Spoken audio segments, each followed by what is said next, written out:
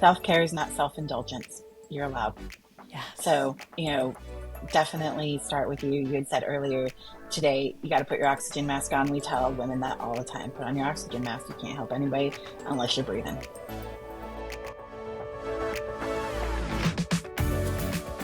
Introducing The Vixen Voice, a podcast for ambitious women entrepreneurs ready to move into their feminine essence, live their truth, and unlock their full potential.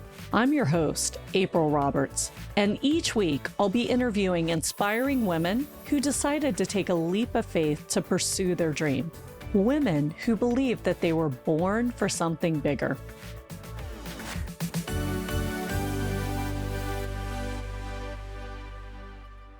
Hey there, just popping in quickly. It's April Roberts, and I wanted to thank you for being a loyal listener of the Vixen Voice. It means so much to me. And because of that, we're going to be popping in these little announcements because I want you to be the first to know what's going on at the Vixen Gathering. So if you haven't done so yet, click the link below and check out the Vixen Founders Collective. The members who are already in are raving, and we would love to have you join us in the ultimate business consulting, networking, and personal growth community for Gen X female founders. See you there.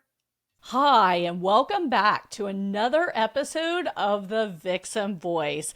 Today's guest is going to knock your socks off, so get ready. I'm going to warn you up top. Both of us have amazing energy. We're going to try to keep this light as we can, but we are talking about a heavy topic today, so I always like to give that warning up front.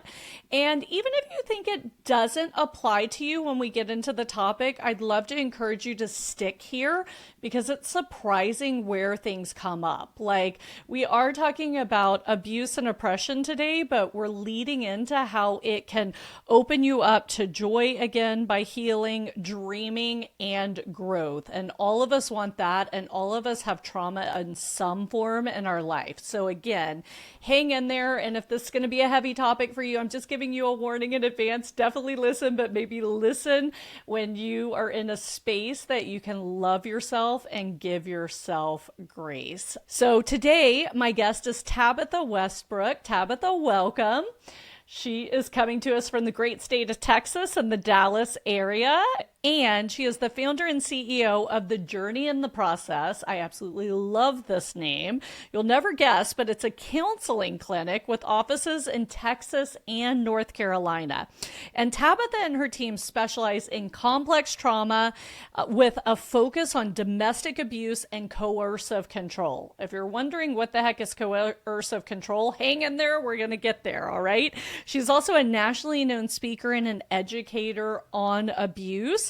And she is an author. Her book comes out April 1st. We're going to be talking about it today, but you can pre-order it now anywhere. So stay tuned. And as you know, all the important info will be in the show notes. And if you haven't subscribed to the Vixen Voice, go to vixengathering.com/podcast, hit subscribe, and we're going to deliver all these amazing resources to your inbox.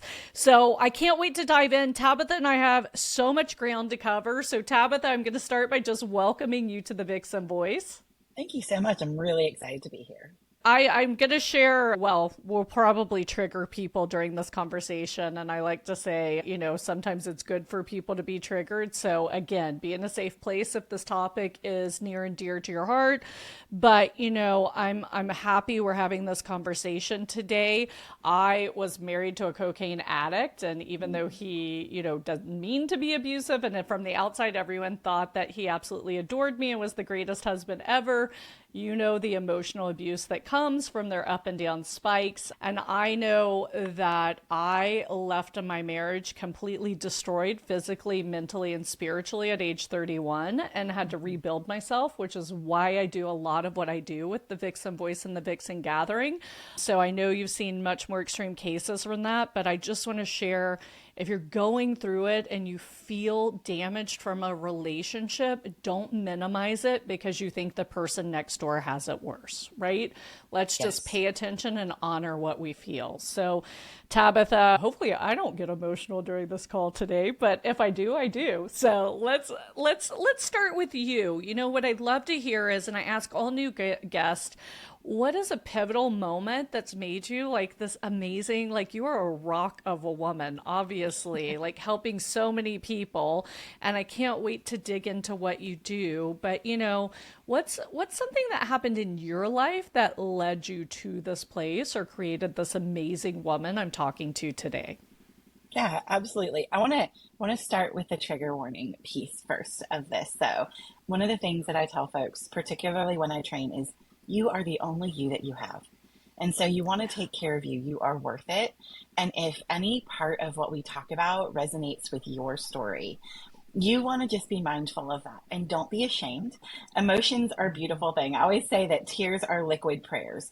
So if you are moved to tears in any way while we're talking, or you're like, oh my gosh, this really sounds like my story, first of all, take care of yourself. Get help if you need it, and that your emotions are valid. You're not, crazy or losing your mind or any of those things that oftentimes survivors will tell themselves. So I just want to put that out there. You can always hit pause and take a breath, do some body movement, and then come back to the episode if you need to. But I do hope that you listen to it because I think it's ultimately going to be very life giving. So for me, I'm actually a survivor myself. I grew up in a home that was abusive and then married an abusive man, which happens to lots of people. And I was in that marriage for 10 years before I was able to leave. And before I even honestly recognized that it was abuse, I had no idea because it Wow. was my normal. I thought, oh, this is just the way it goes. And I had been raised pretty conservative in my faith. And so I didn't believe in divorce. I thought, no, one and done. And so there was a lot of things that had to take place for me to go, hey, wait a second, this isn't supposed to happen. And I am more, kindness and care and to be able to step out of it. And, I am always so grateful. Faith does guide my steps. So I will probably talk about that a bit here. But, I'm always grateful that God said, hey, this is not where you need to be. And freedom is a lot different than you think. And that was just a revolutionary thing. And I never expected, I had a whole different career. I'd always wanted to go into counseling from the time I was 13. I felt like that was my calling. Went to undergrad, got into an amazing graduate school that was top 10. And God said, no, ma'am. And it's because I didn't know I was in an abusive marriage. And so I ended up doing a whole other career, which was such a gift and a beautiful thing.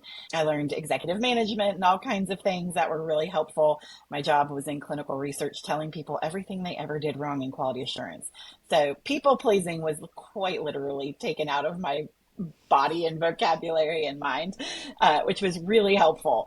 And I was really fortunate to be with wonderful leaders who, even though I was 20 when I went into that career, saw my potential and really came alongside and were such good, givers of encouragement and, good constructive criticism. Like, hey, you really can't, send an email to an executive that is bullet point saying, I need you to do XYZ, which at 20, I didn't know. I was like, well, you told me to go get this done. I was going to get it done. And they were like, not that way. It was like, oh, okay. Yeah. And so that was really helpful. And so as I got healthier and healed and all of that, then God opened the door for me to go to graduate school. And I thought, oh, okay, great. I'm going to go do that. That sounds fun. I knew I wanted to work with trauma. I don't think that I would be happy in career counseling. I am definitely built for the deep end of the pond for sure. And so I was like, okay, sounds great. And so I started getting a lot of abuse victims and just, I was able to recognize it because of my own story and said, hey, man, we gotta do this, better. I got to keep people safe, got to help them understand what they're seeing.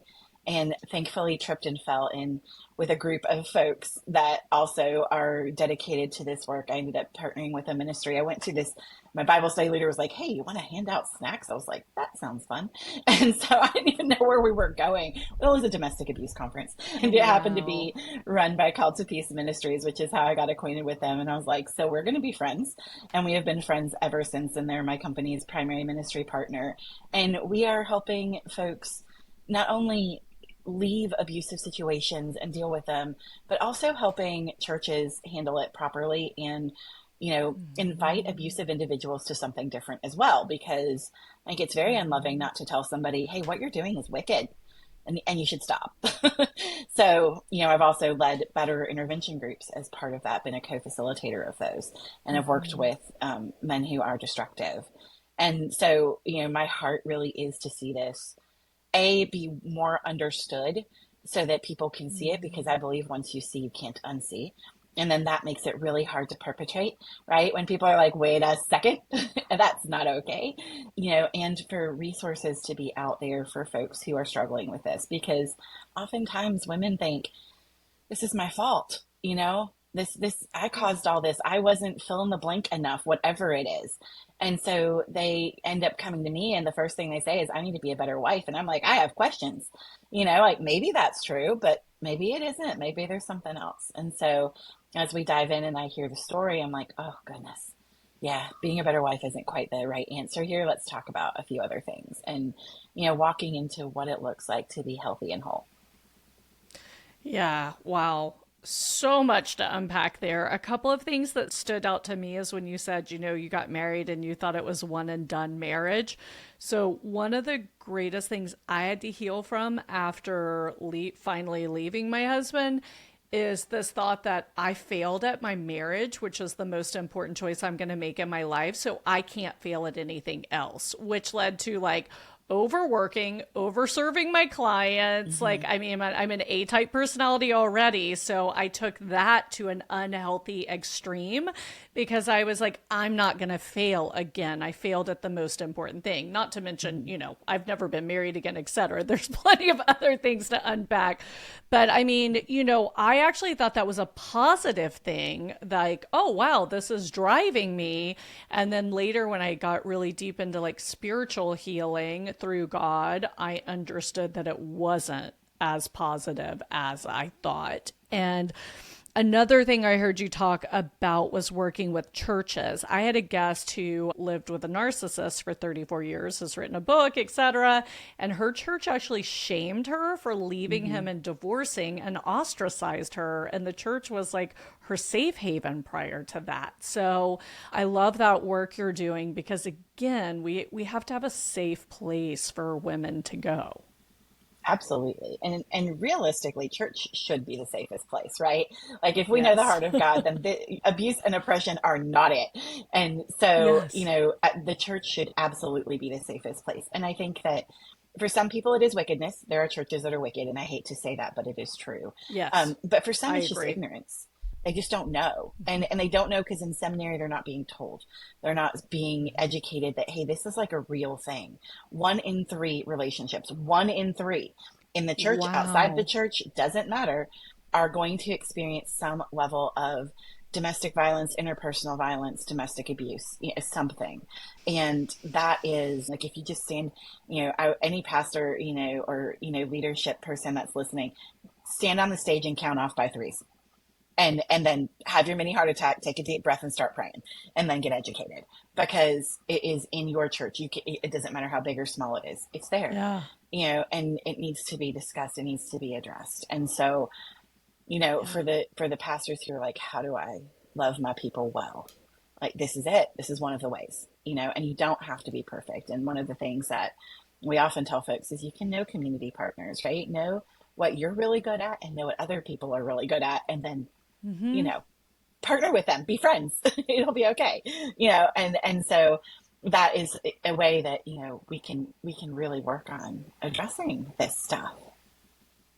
Yeah, and I mean, that's true for any profession, right? We all Hmm. have limits. So I like the partner friend you say, because I always say have referral partners that you count on so that you can send your clients somewhere. So you've kind of touched on this, but you shared with me a very interesting definition of abuse. So can you share that with everyone listening right now? Yeah, and you had mentioned also coercive control. So I'm gonna kind of give Yes, it go from for that it. whole perspective. So the reason I utilize the terminology domestic abuse and coercive control, first and foremost, abuse is not always physical. And when we hear words like Mm-hmm. interpersonal violence, domestic violence, we automatically think some sort of physical assault. And yes, that is part of Yep. it, but that is not even the biggest part of it. And I can't tell you how many women I've sat across from who said, I wish I'd just been hit. It would have been so much more clear. And there Mm-hmm. is the heart of any abuse is power and control over another Mm-hmm. human. And so, what the goal is in abuse is to break down the absolute personhood of the victim and to absolutely take her autonomy, and just break down, this person who's an image bearer of the living God, but to make them believe they're not. And so that's where we get all of the like gaslighting and the subtle things. And those are the tricky things that if you don't understand the pattern and dynamics of abuse, you're going to miss. So there's a story of one man leaving all of the cabinets open, all of them in the kitchen, about a quarter of an inch to half an inch. And he'd be like, oh, it's my ADD. And so the pastor was like, well, I mean, like, I guess that could happen. I'm like, dude, I've known a lot of ADD people. We might get a cabinet open, but it's not going to be all of them all the time, the exact same amount, unless there's OCD, and that's not what's here. So I have questions.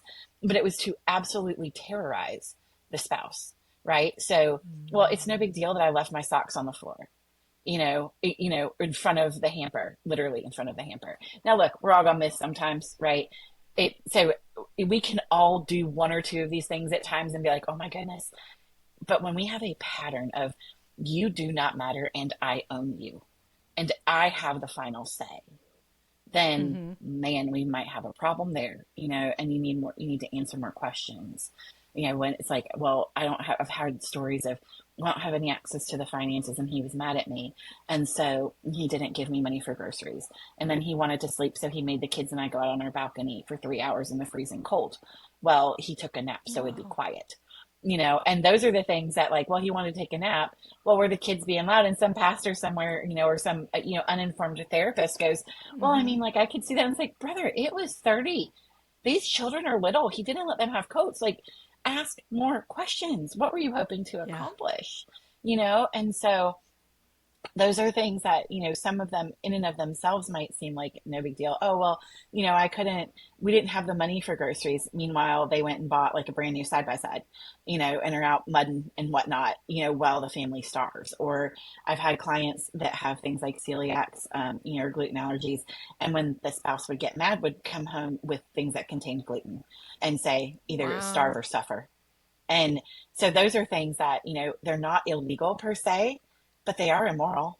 And so, I've heard also a lot of, well, if something's going on, we'll just call the police. And it's like, I mean, you should know the laws because sometimes that's not even an option in certain Yeah. situations. So, I've had clients where their spouse will clean their firearms in front of them with the barrel pointing at the spouse, and again, what message is that sending? Or they'll abuse Mm-hmm. an animal, or they'll, unfortunately, unalive an animal, just to say like, hey, next time that's you, or punch the wall right next to her head, right? She's never touched, but what's being said, right? By all of that, or having things broken in the home, or, gifts given, that were given by the spouse thrown away, or breaking things that are the spouse's only and not, not the abuser's. So these are things that I see a ton of and hear a ton of, and are, if you're not asking enough questions, you won't get the answer. And so it can be very subtle. And then people are like, well, I mean, he seems so nice. Well, yeah, a lot of these guys, I mean, this is what I say often. I'd have a beer with them, but I wouldn't marry any of them. Like, because who they Right. are outside, they could be the pastor, the deacon, the elder. They could be a businessman. They could be, anybody who is just, super pillar of the community. But what's happening inside the walls of the home is markedly different than what is happening in public. And so, Mm-hmm. again, asking good questions. And I know I'm using a lot of gendered language here because we are Mm-hmm. speaking to women, and this is Yep. most often, the way it's going to play out. But abusers can be any gender. So I do want to just state that. Yes. And again, it's that pattern of power and control. What autonomy does the victim truly have? And if they don't have any, then I definitely have more questions. If it's okay, I'd love to go back to the stats because the Mm-hmm. stats are shocking to me. And Yeah. again, when we had the episode on narcissism, I'd always read, I can't remember now, but the stats on narcissism were like, 10% of the population or something. And she was like, it could be closer to 50 when I think about it. Like, because I can spot narcissism now, like, I agree that it could be close to 50% of the population that suffers from some degree of narcissism, right? So, I mean, the stat 1 in 3 couples have some form of abuse. I mean, Mm-hmm. that's horrific. It really is. And I'll say I don't favor the use of the word narcissism in this space for a few Okay. reasons. One is it's a diagnosable mental health condition, which may or may not be diagnosed in someone who's abusive. I've met narcissists who are absolutely not people I want to hang out with, but they're not abusers. They would like you to Correct. bow to them without question, but they are not going to force you to do it. And there are plenty of people who wouldn't meet the diagnostic criteria per se, who are absolute monsters in their homes. And so I'm just mindful of that. The other thing that I hear a lot, especially from women, Hmm. is, covert narc or covert narcissism and all of that. And yes, there is a sense of entitlement without question. There is. That is part of the Hmm. problem with power and control, right? It's I believe I own you, you are my property is the heart of it. But they take Hmm. those words into court. And because those words are mental health words and not legal words, then, the victim is seen as crazy, quite frankly, because obviously when Hmm. you're being traumatized, one of the things that happens is your brain is it's like scrambled like an egg. And it's hard to put a sentence together. And, it's real hard to do a good timeline and things like that without some support because your brain is, again, slightly pickled, right? Like you've been going through it and Hmm. it's hard to think. So you come into court and you're dysregulated and the abuser looks perfectly calm and cool like a cucumber, then the judge is going to go, yep, she's the crazy one. And you might lose your kids. And we see that Oh. anyway. And when people allege abuse in family court because the courts are not well trained in in this dynamic at all, then we often see it go really poorly for victims. And so what we really want to favor is the coercive control. And that is that I Hmm. am going to manipulate and force you into doing my will through denigrating you as a person. And I will stop at nothing, right?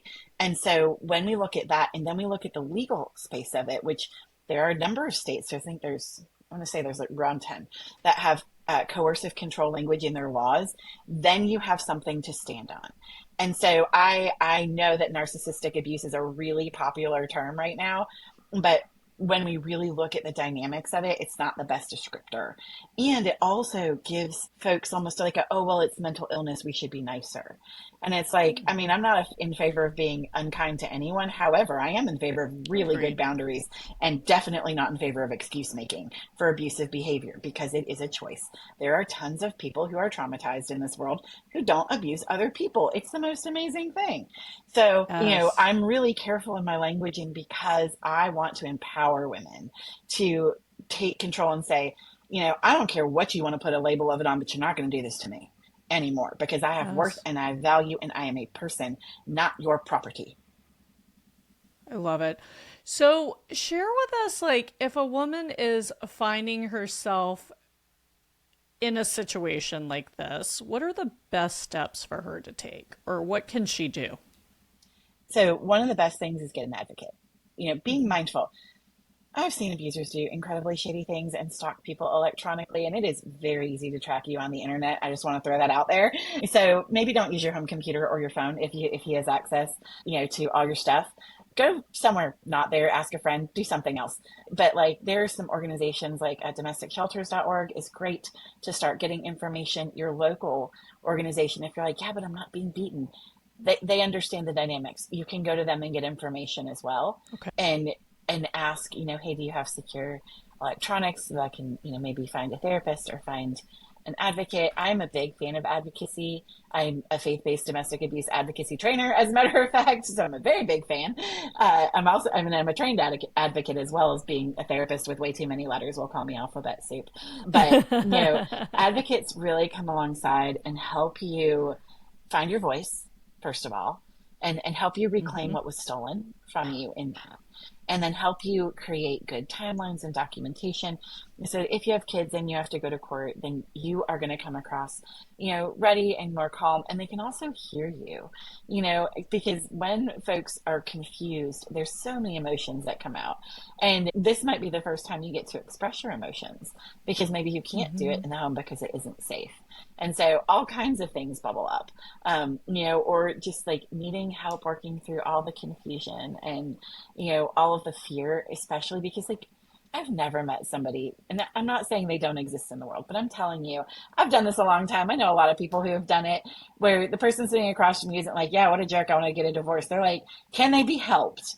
How can I help Mhm. them? And it's like, well, first you got to help you, and they're their own problem. But, really working through some of those things, working through theology that has maybe Yeah. been distorted, because that is one of the biggest weaponizers for abusers in the church, is using the word of God in a way that God didn't intend, which honestly, I'm scared for them. I'd be really scared if I were them, because I don't want to have to answer Yeah. to God for that. That's a bad scene. But yet they do it all the time. Like, wives, submit to your Yep. husbands, and absolutely leave out the rest of that verse and every other thing that it tells husbands to do. God hates divorce, which is a complete mischaracterization of that verse in Malachi and then the subsequent verse that Jesus uses. And so, like, it's like you probably need a little education on that. So, folks are coming in terrified that they are going to disappoint Hmm. God. And I think that is the worst part when spiritual abuse is present, is taking someone's good Hmm. and right devotion to God and using it as a weapon against them. And that, there's nothing that makes me madder than that, honestly. Like, I'm just like, come on, man, that's ridiculous. And so Yeah. helping, and a good advocate can help you start to disentangle and go, what does it actually say? Who are you actually? What is true about you? And then as you begin to, heal, good therapy can help you work through the trauma of it, because abuse is Hmm. traumatic. There's all kinds of things that take place that are so hard for women to even say with their lips, out their mouth. First of all, they couldn't say it at home, but then now it's like there's so much shame and so much heaviness and so much trauma that they're so scared to say, this is what Yeah. happened to me. Well, and I just want to say here, if your friend does come to you, be open. I Yes. remember calling a friend of mine saying, "Hey, I think I'm leaving Claudio." And she goes, "Oh, well, Mario and I are doing amazing." Like, she was one of my girlfriends in Italy because I lived in Italy. I'm like, "What?" Because she had her own issues and then ended up in divorce later because of his behavior. But I mean, a lot of times we're protecting ourselves. But like, even if you don't agree, why wouldn't you just listen in that moment and be Right. there and Right. like guide them somewhere, right? Like, I was just shocked when I was deciding to leave my marriage how many friends like disappeared suddenly, which informs you who your friends are and who they aren't. But, and I remember I did go to a therapist afterward, and he was like, "You're one of the most emotionally strong people I've met in my life." And I found myself in this position as someone else who didn't have that emotional foundation, who didn't grow up in Mm-hmm. a healthy home, finds themselves here, and you turn away from them. I mean, it could Yeah. destroy them. Like, it breaks my heart to think that someone wouldn't be there when there's an outcry for help. Right. Well, and I think folks are uncomfortable sometimes, right? And this is an Yes. area where, and I say this in grief as well, you don't have to fix things, but you can be present. And, Mm-hmm. I just think of, sometimes, like, if a girlfriend comes over and, like, she's like, I got to talk about fill in the blank.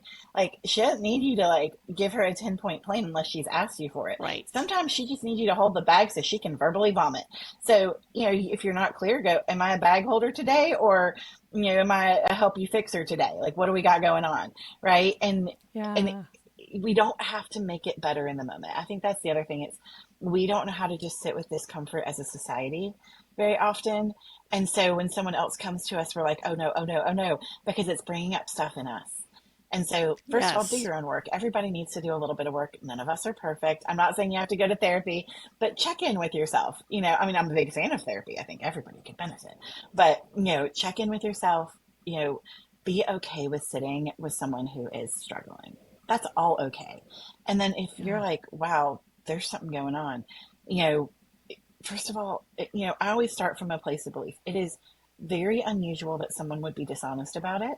Now, can Mm-hmm. it happen? Yes, but over time, that lie Mm-hmm. will become apparent, right? So, I'm a big fan of work towards safety first. And if I find something else out later, then we'll address it, right? So, like, again, I'm not just saying like it's, I believe everyone that comes to me, but, that's a place I start with. And most of the time I'm right, Mm-hmm. and when I'm not, then we deal with it for what it is. And I think friends can start from that place, and it's going to be hard if you're like, but Bob is such a nice guy.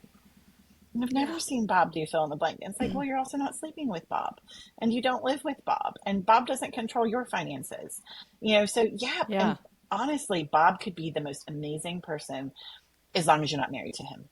And so just Yeah. holding that out and saying, that, and not saying, well, are you having enough sex? These are things that my clients have heard. These are things I heard. That was one of the things I heard was, well, are you having enough sex? And I was like, well, I'm not going to tell you what's really happening in the house now, that's for sure. Because was I even getting a chance to say yes to sex? I was told my yes was at the altar. And so it was just like, I mean, that's not a problem, thanks. It's not pray harder, fast more. A lot of women of faith are told, and my friend Joy Forrest, who's the founder of Call to Peace Ministry, says it this way: women are told to stay, pray, obey, and lay. And that's not the right No answer way. for abuse. Yes, this is crazy. I this keeps coming up for me, so I want to share it. So I read this book. It was actually when I lived in Italy because I had lots of time to read because I didn't have a career there. So I think it was called The Sewing Circles of Herat, and it was about the sewing circles of women in Afghanistan after the Taliban took over and they couldn't go to school and they couldn't work. And so they would get together for these sewing circles where they sewed, but really they were learning things and they were supporting each Mm-hmm. other. And I just think current times call for something similar. And I don't mean Mm-hmm. circling against the men. I am not a fan of that. I think the divine No. masculine's under attack. I think the divine feminine's Mm-hmm. under attack. I think the divine union's under attack. I Right. really believe all of this. But to support and lift each other up because of this attack, women started turning on each other and judging each other, and Mm-hmm. there is power in the feminine essence. And the challenge is, like you said, when your clients come to you, because I work, even though I do business coaching, I work a lot with my female clients on their feminine essence, helping them get peace, joy, and love back in their life. And then surprise, surprise, they make a lot more money when that happens, right? So Mm-hmm. that's kind of how we get there.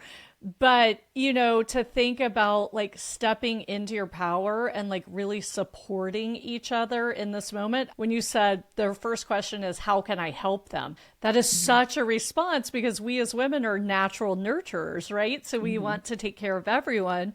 And society has allowed us to put ourselves on the back burner because taking care of everyone includes us. We're a child of God. So we got to Yes. put the oxygen mask on first.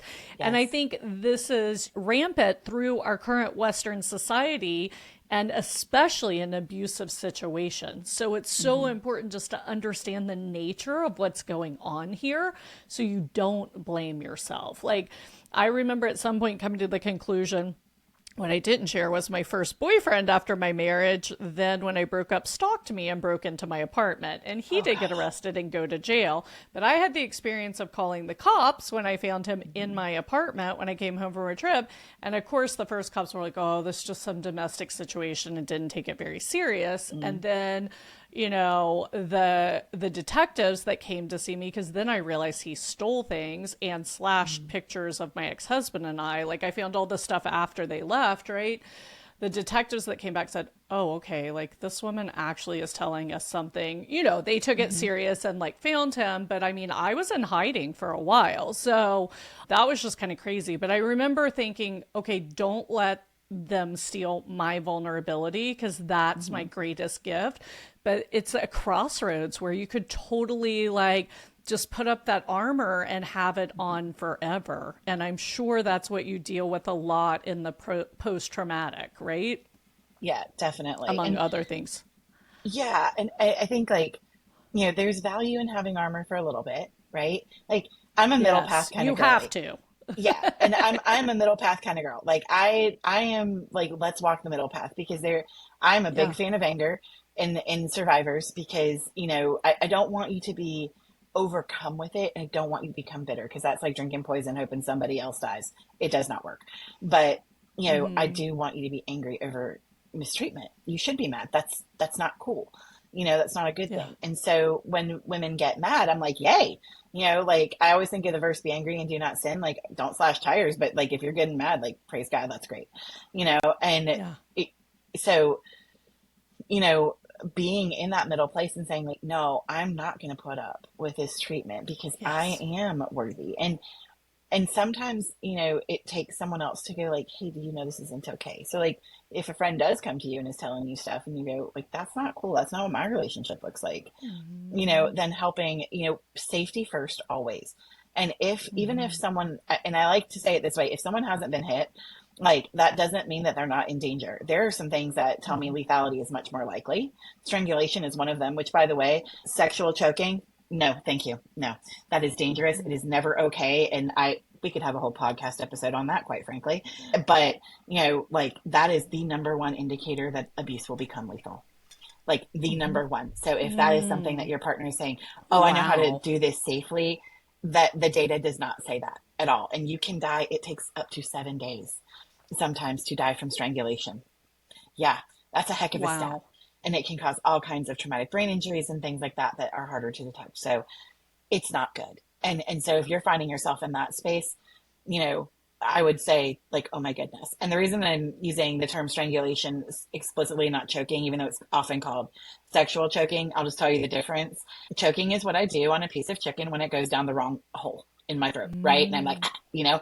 Strangulation is when someone stops me from being able to breathe, whether that's their hands around my neck, an object around my neck, their body on my body, they're pushing my face into something, anything that I can't breathe with, is strangulation, and it is extremely serious and can kill you in like under 60 seconds. So, and also take up to 7 days. Like, it's just awful.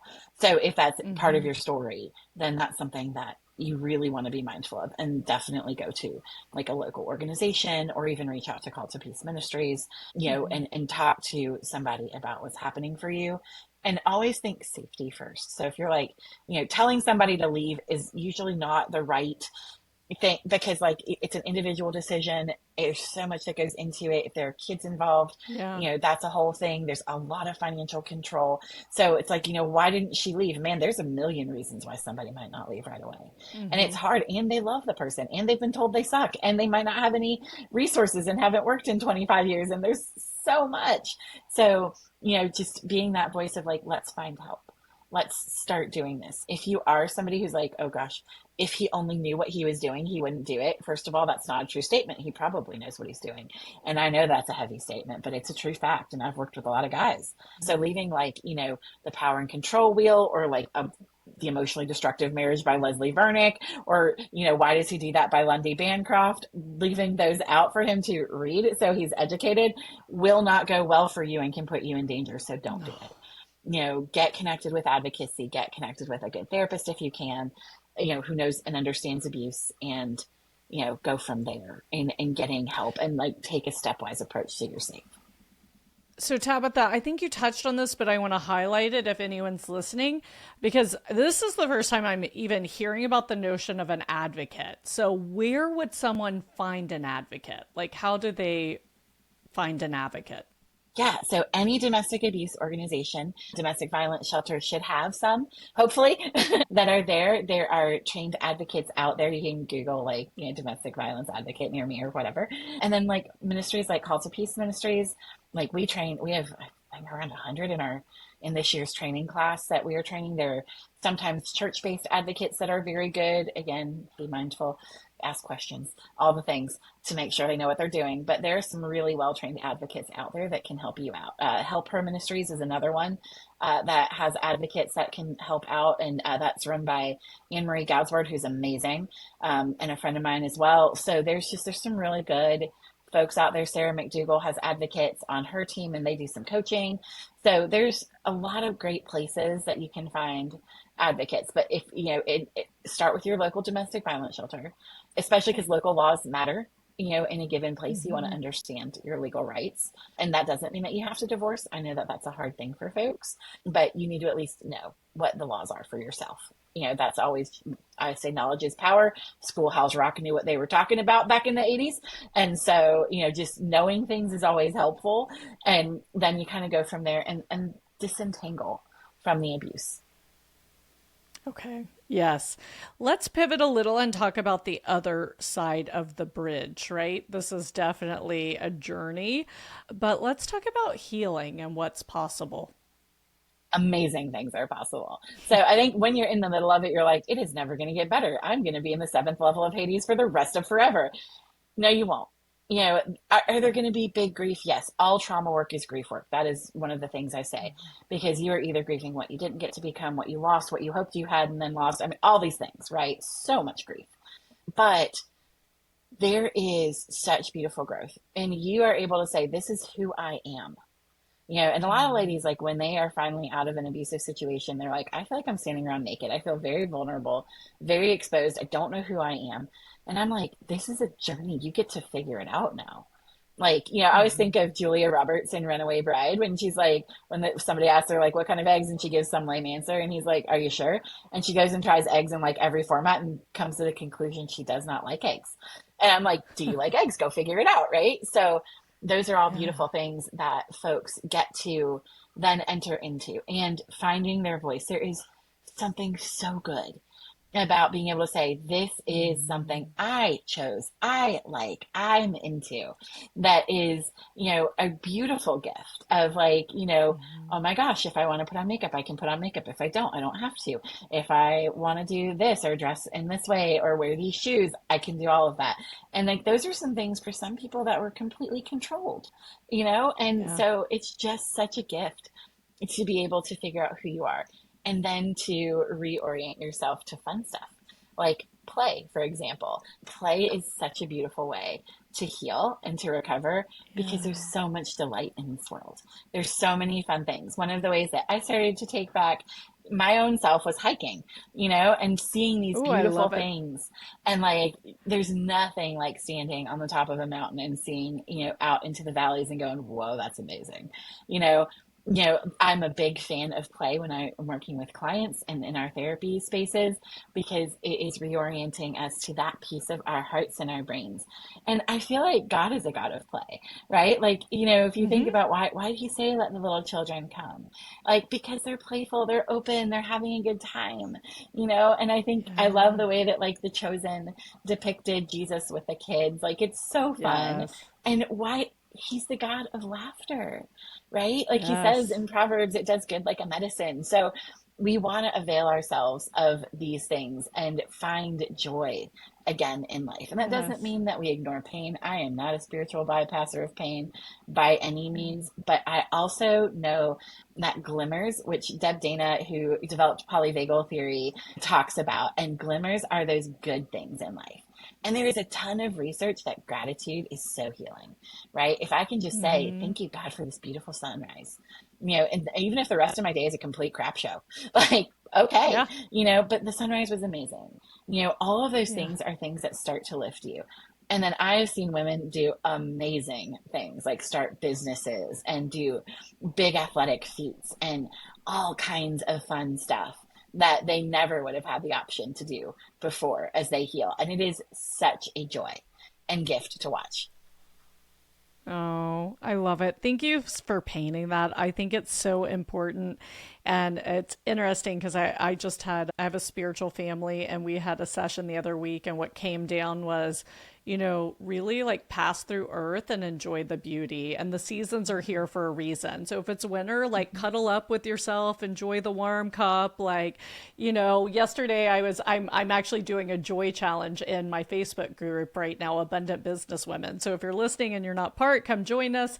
And it's challenging everyone to post pictures of joy or stories daily. And yesterday, like I got in my car and there was ice on the windshield. I'm like from South Mississippi Gulf of Mexico. I find ice funny. I'm like, oh, this is like, and I was like, hey, my joy for this morning was dealing with the ice on my windshield, right? But it really changes your life when you focus on seeking joy throughout your day and gratitude. And of course, the deeper level is surrender, which as you start all of these journeys, new levels unfold and the magic and the beauty is amazing. And I totally agree that God loves the beautiful innocence of children.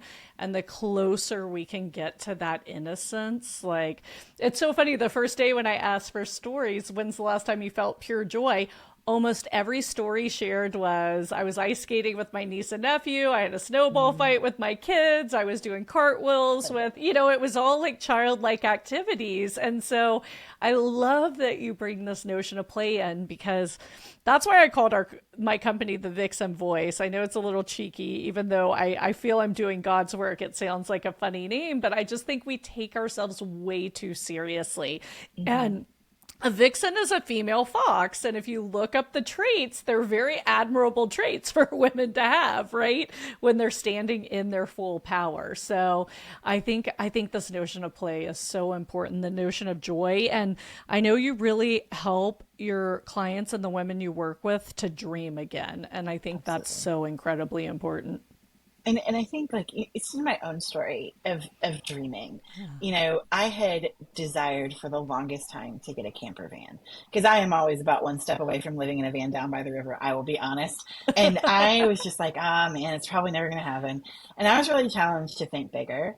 And Yeah. I traveled at one point, this was in 2023, more than 12,000 miles that year, going between Wow. my offices and speaking. And I was like, man, I am so sick of hotels and fast food. And a buddy was like, why don't you get that van? And I was like, oh, I don't know. And so I was like, but wait, maybe. And I was like, wait, am I playing small? What am I doing here? And I ended up buying a camper van. So I now drive, her name is Love it. Vanquility because, of course, she has a name. And she is my favorite thing to be in of all time. And it is the most peaceful, wonderful, comfortable place for me. And it is such a joy and a delight. And it is just it's whimsical, it's wonderful. I have really cool colored LED lights, of course, and I decorated her all cute and everything and Yeah. did all the things, and I love it. And there would have been a time in my own life where I was like, oh, I can't, I'm not allowed. And I feel like that is one of the most beautiful things of breaking free from abuse and healing is going, oh, but I can, you know, but I Yeah. can and I am allowed. And, yes, obviously make wise financial decisions, all that good stuff. But this fit for me and it was totally fine. And I love her. The other thing that is funny is I'm almost always carrying around a vial of bubbles. I have a very specific brand that I like, definitely not sponsored, but I will share if people want to know because they're easy to open, they're easy to transport. And I was at a conference and I was standing with my friend and his wife and their daughter. And I was like, oh, can she have some bubbles? And they were like, oh, yeah, sure. And I pulled out a bag and like pulled out bubbles. And the mom was like, do you just carry those everywhere? And I'm like, actually, yes. I in fact do. I actually carry them everywhere. So those are little things that are just, they bring me joy and they bring other people joy. And that Yeah. is so fun. And they're those little unexpected things that just make me happy. So I would just challenge folks, what makes you happy? What is a little bit of joy that you can just kind of carry around with you? And, Yeah. that might be the other thing that sometimes we do is I did go to my friend's practice. I was hanging out at their office and he lets me work from there when I'm in that state and city. And I was like, I brought in a bag of resin turtles, like a large bag, and put them everywhere. There were turtles everywhere. And I was sneaking them into people's offices and all of that. So they That's were so thoroughly funny. turtled. And I was known then that week as the turtle fairy until they figured out who I was, which was fantastic. So those are little things that are just not big deals, but super fun Yeah. silliness. And it brought joy to other people. So what brings joy to you? What brings joy to others? And yes, you can. You have permission. You are allowed. And I think that is one of the most beautiful things of being in a healing space. I love it. Well, Tabitha, thank you so much for today. It was a beautiful, meaningful conversation, and thank you for the work that you do. I'm going to turn the focus on to you as we wrap up. So, I always like to ask my guests on their first time on the show. As I said, I really focus on helping women step back into their feminine essence, their Mm-hmm. peace, joy, and love. And so I love to ask, when do you feel your most feminine? Like that energy and essence is just flowing through you? Oh gosh. I think when I allow myself to be fully me. Right? I am a colorful girl. You can probably figure that out just from hearing me. But I like glitter. Glitter would be probably my favorite color than purple. Love it. And so when I'm just like, I think I want to play with makeup, or I want to play with color, or I want to paint, or I want to fill in the blank. Now, look, I'm not an artist. I would have told you 5 years ago. I don't even know how to paint. I've actually like gotten kind of okay. Like I can show it to people and not be ashamed. That's what I'm saying. And okay, like we're still not super past Crayola here. But like that's when I feel my most feminine and my most delightful. And it is one of the things that reminds me I am delightful to God. That no matter what any abuser has ever spoken over my life, I do not have to accept that. I am delightful to God because of who I am and who He created me to be. And I can stand in that. And that is when I feel my most feminine and beautiful. Yes, thank you for that. So beautiful. What, you might have answered this already, but what color is your feminine essence and energy? Purple glitter. Without Love question. it. It's the first glitter answer I've ever gotten. I've gotten all shades. Mine is like, I like to say magenta, but more purple than pink. That's why I say magenta over fuchsia. But yeah, I love it. I love purple glitter. All right, so I know what to gift you. Thank you. Yes, anything with glitter is a delight and a joy. Like, I know not everybody feels that way about glitter, but I do not care if I have to vacuum for the rest of my life and find it. I will not complain.